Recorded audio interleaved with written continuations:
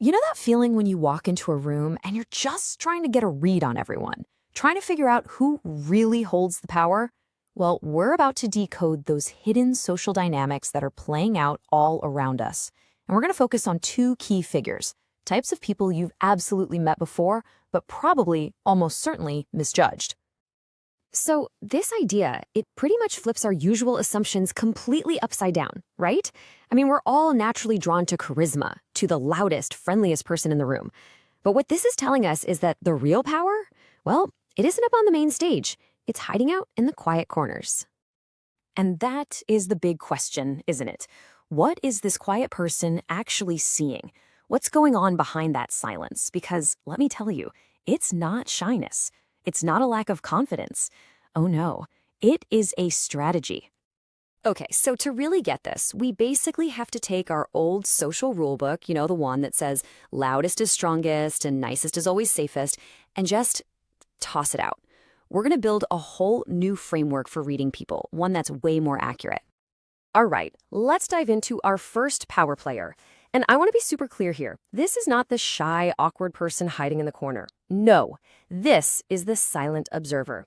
And they are a strategic player who totally gets that real power, it doesn't come from talking, it comes from watching. So what's their secret weapon? It's something called observational intelligence. Think about it. While everyone else is busy fighting for the spotlight, trying to get a word in, this person is in pure data gathering mode.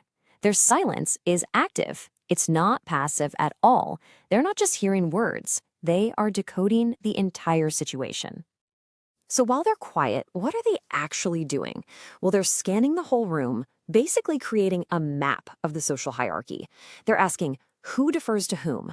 Who are the real leaders here, not just the ones with the loudest voices?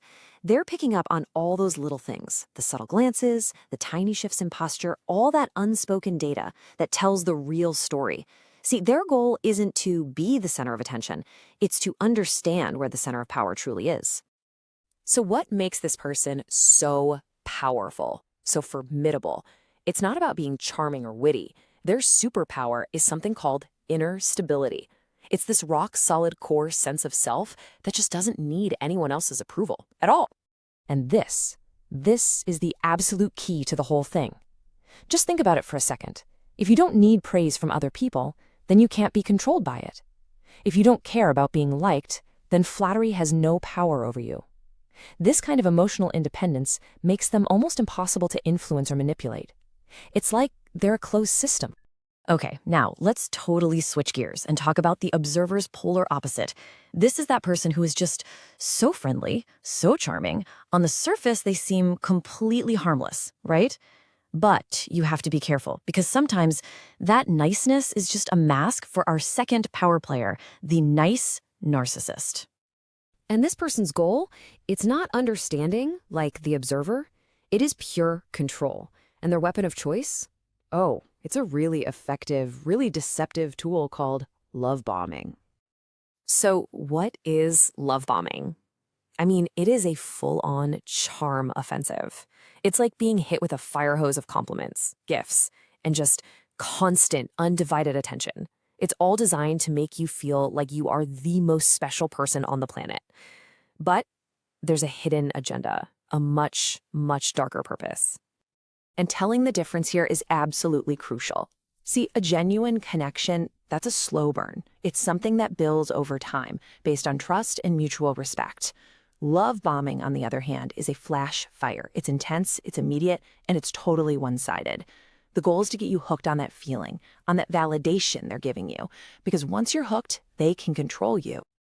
All right, so now we have these two power players in mind, the silent observer and the nice narcissist. How do we actually use this information? Let's put together a simple playbook you can use the next time you're trying to read a room. Okay, here's the playbook, all laid out. It's super simple when you break it down. First, look at their primary goal. The observer wants to understand. The narcissist wants to control, complete opposites. Then look at their key tactic. One uses quiet observation. The other uses that over-the-top love bombing. And this is the most important part, their source of strength.